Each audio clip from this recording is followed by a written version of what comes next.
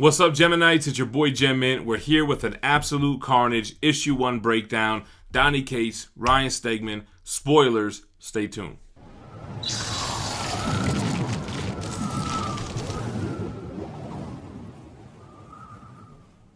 Alright guys, just got done reading Absolute Carnage #1. Absolutely loved it. Donny Cates killed it. Ryan Stegman, artwork better than ever. This is an oversized issue that breaks out into 3 chapters. We're going to go over everything thoroughly. We'll do a sky view and we'll talk about the story. But before we get into that, I just want to preface this by saying I haven't been reading single issues. I'm up to date with Donny Cates' Venom because I read both trade paperbacks. And I did read Web of Venom Funeral Pyre prior to this. I don't think that it's necessary, but it helps. It lets us know that Carnage is out hunting all of the prior symbiote hosts. We pick up with Mania, who, if you remember, was another symbiote where at the end of the Agent Venom Flash Thompson run by Rick Remender and Colin Bunn.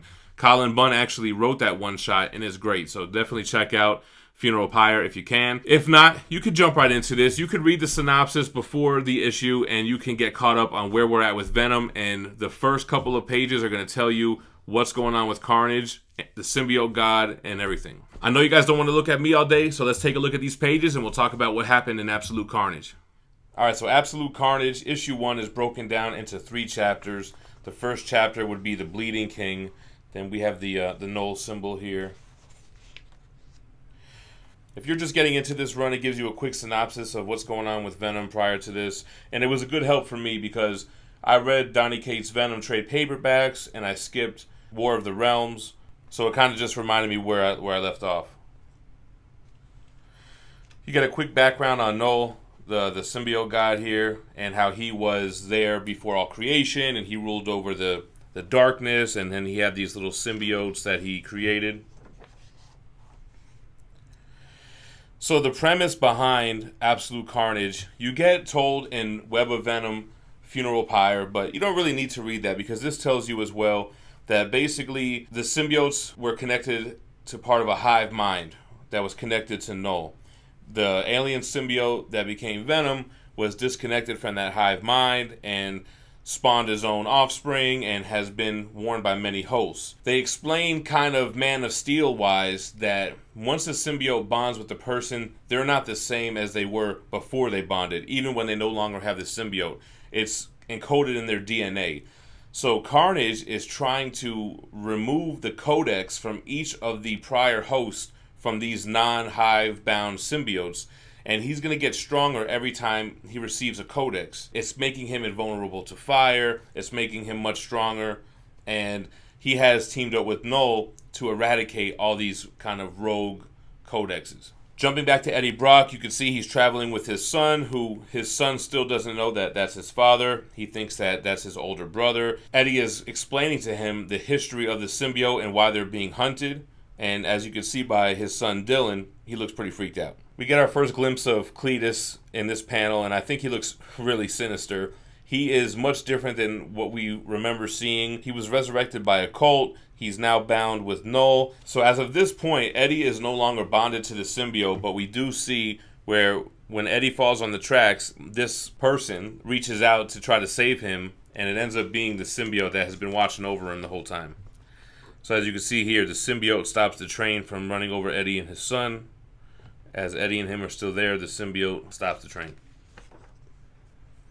Our first look at Venom in this book, and I really like the art direction. I think they did a lot of cool facial expressions with him, as you can even see down here where he makes a smaller mouth.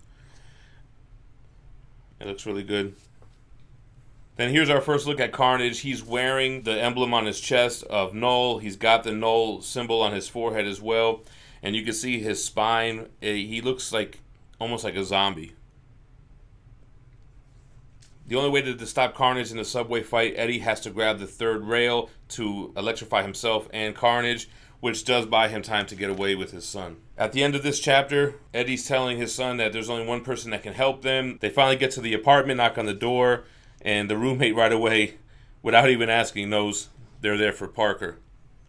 I really like the art style here. I think Ryan Stegman has really been stepping his game up from what I remember reading of him, especially the way he's been drawing Spider-Man in these next chapters. Chapter 2, The Godson. Here's some of the artwork I was talking about. I really like how they're drawing Spider-Man. He reminds me of that painted Spider-Man. I forget who the artist is. I'll put the picture up. Eddie's trying to recruit Spider-Man for his cause. Spider-Man's, I really hate symbiotes. Like, really, really hate them. And he's like, now you're telling me there's gods involved? Like, what have you been fighting? Again, the artwork here of Spider-Man looks really cool. And I really like what it looks like when you see Spider-Man and Venom together. Now, we remember Reed Richards as the Maker from the Ultimate Universe having a relationship with Eddie Brock in the Donny Case Venom run. They want to try to figure out how to remove the codex from these previous symbiote hosts without killing them before Carnage gets a chance to. So he taps Reed, and Reed's already been working on it. You know, the Maker is kind of evil and twisted, and he's got some kind of ulterior motive, but like the Maker says, our interests are aligned right now, so you're better off working with me. Chapter 3, The Long Red Dark. What happens here is that they don't want to test the Maker's Codex machine on Normie Osborn. If we remember from the Red Goblin storyline, Norman Osborn bonded with the Carnage symbiote, became the Red Goblin. At the end, he infected his grandson, Normie Osborn, who is now a prior host who has the symbiote on his DNA. So they don't want to test that on him. They're going to test it on somebody who's a piece of shit. So they figured, let's go to Norman Osborn.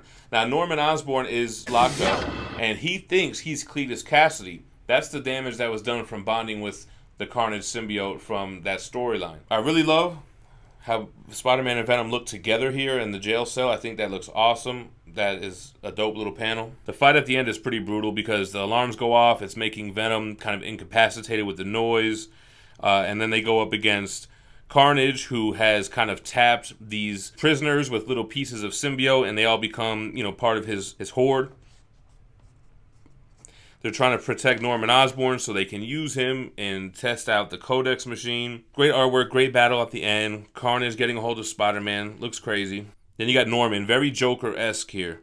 Again, another like unique look for Venom with his mouth like that and just more of regular expression. So that's how we end off. He's not there to kill Norman Osborn. Cletus Cassidy, Carnage, is there to kind of recruit him and put him on part of the team.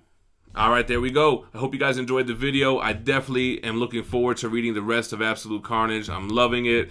I'm getting back into picking up single issues. So you're going to see some more issue breakdowns like this one. And I'll probably start doing a weekly pull list video as well because Fee and I are starting to get, you know, a little bit of a pull list going. Let me know what you think about Absolute Carnage in the comments below. Drop that like on the way out and make sure to subscribe to the channel for more daily comic book content. Stay minty fresh. Peace.